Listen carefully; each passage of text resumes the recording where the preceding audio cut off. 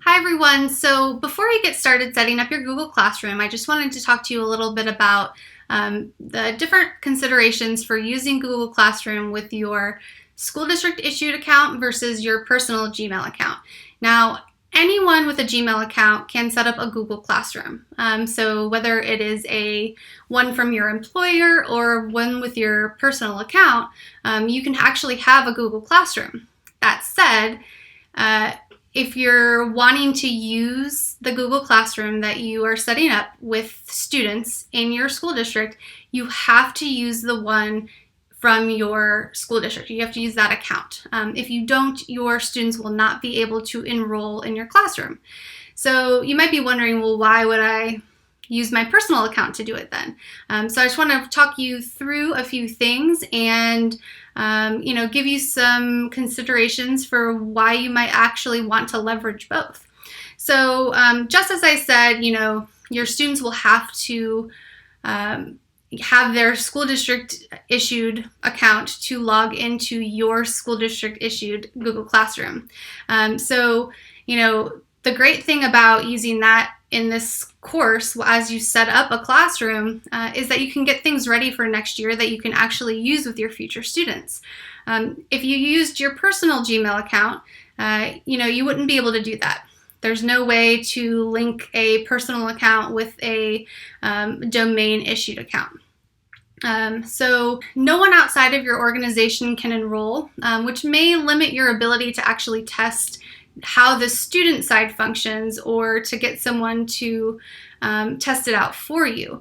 Now, you could ask some of your coworkers to take a look at your course and try to interact with it, or some of the activities that you have, and so they could provide you feedback. So that's definitely a positive because they have the same domain that you do.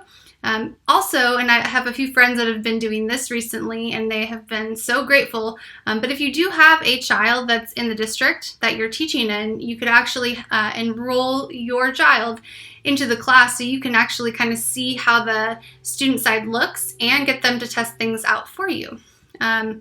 Now, with your personal account, you could have family and friends that don't work in the district test things out for you.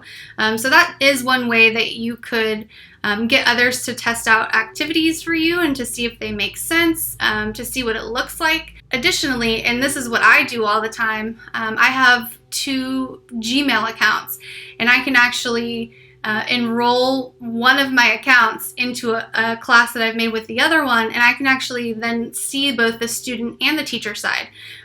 So I especially like doing that when there's a new external tool that links to Google Classroom, which we'll talk about later.